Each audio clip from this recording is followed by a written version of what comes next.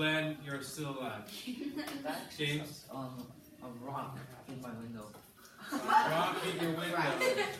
My rock cracked my window. Okay, boom. Maybe someone should. I have OCD, so it looks really bad. I have to put the curtains like down every single day.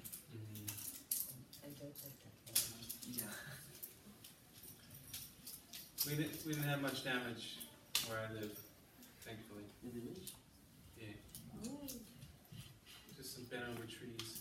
Nothing serious. It was real noisy. Scary. Perfect. Perfect for small moment stories. Right? Everybody can write about their typhoon experience.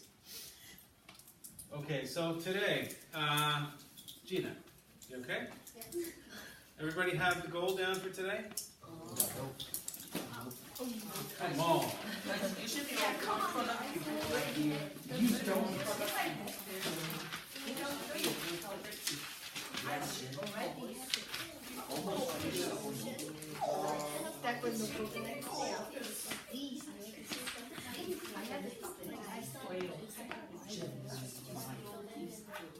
What's that?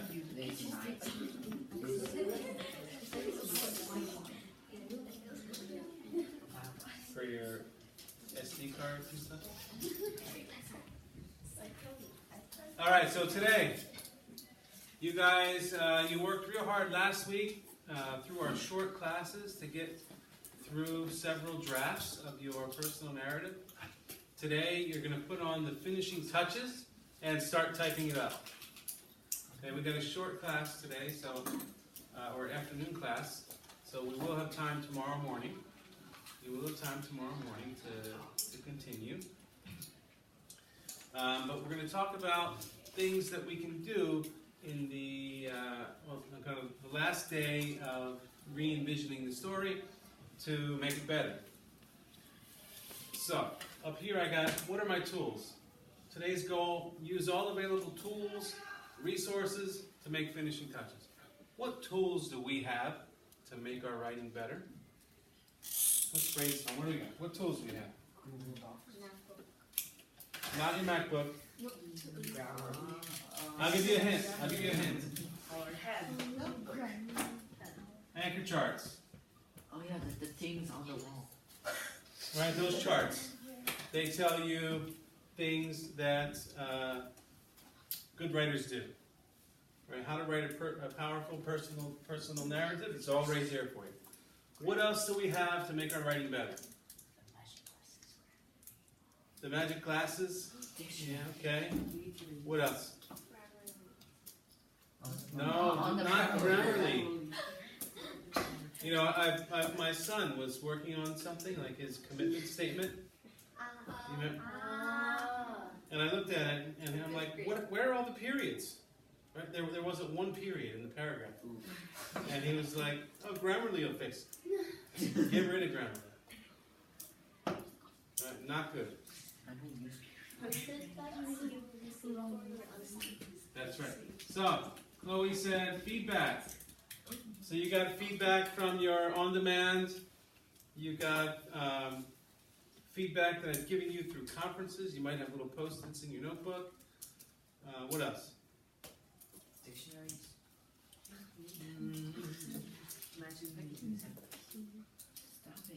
What else? Rubrics. Good. So today I'm going to give you the full rubric for the narrative. Also, like rubrics, you have something else called a... Mark? Classroom? Oh, Checklist. Call it Chloe. Checklist.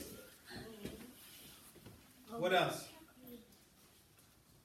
Do you remember the day when I showed you the guy that was choking the other guy, and this, we watch a professional to learn from them. What do we have that's similar to that? We watch what good people do, like good hockey players or good soccer players do, and we learn from them. When we write, we do the same thing with Men. I'm a boy. mentor text. Mentor text. Yeah, that was what I was. So what mentor texts have we looked at? Everything will be okay. Everything will be okay. Is the question mark? What's this one? Those? I thought that was long. Look up and watch the sky. Oh yeah. Right, the one about the fireworks. You got that in your notebook? Eyes random. We have eyes story. There's a eyes. His name's Stefan. And I gave you, you want to hold that one up? And he say eyes. You have this one here, the garden story, with my friend Lucy.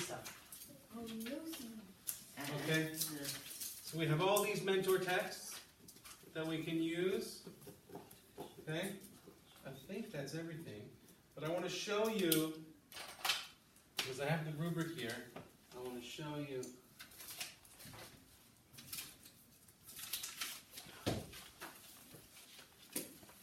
So on the rubric, you're going to see 1, 2, 3, 4. Okay? On your checklist, you saw grade 5, grade 6, and then not yet, starting to, yes. Right?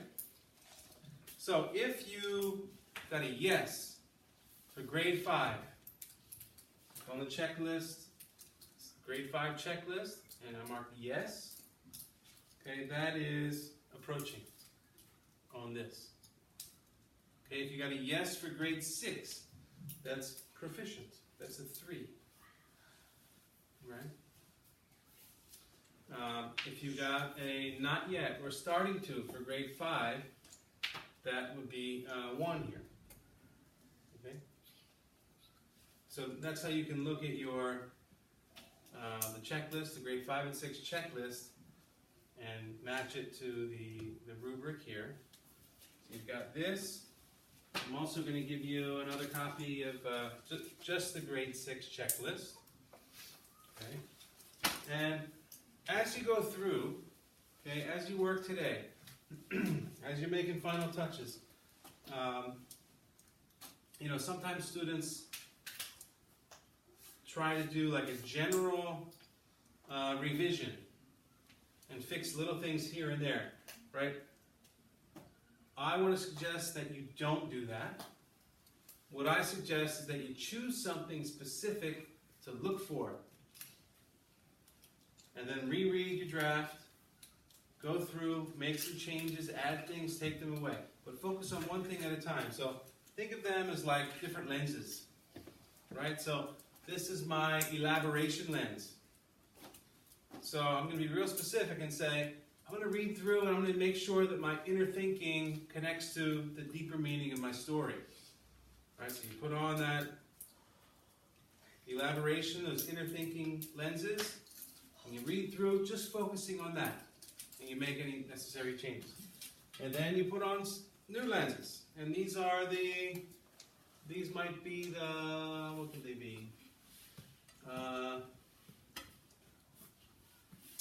Climb inside the moment and right within the narrator's point of view. So now you're going to read through again. You're going to make sure that you are in the moment.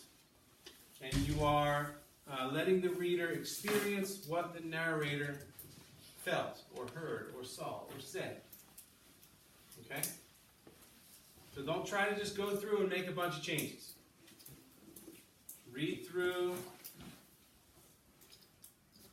a certain lens. Okay? If you want to borrow these, they'll be right here. Okay? You can rent them for the week for a very low price. It's not funny, Mark? So when you get back, you can open up your MacBooks and get started. Okay, so you're going to type. It'll take me a second to put the assignment on Classroom. But I want you working in there. You have the whole period. You're also going to need some time tomorrow. Also tomorrow we'll be going to the library. Mr. Watt is going to read us a chapter of a book. So we can look forward to that. And we get to hear his awesome accent. All right, so go back to your desks. I'll be around to see you in a conference.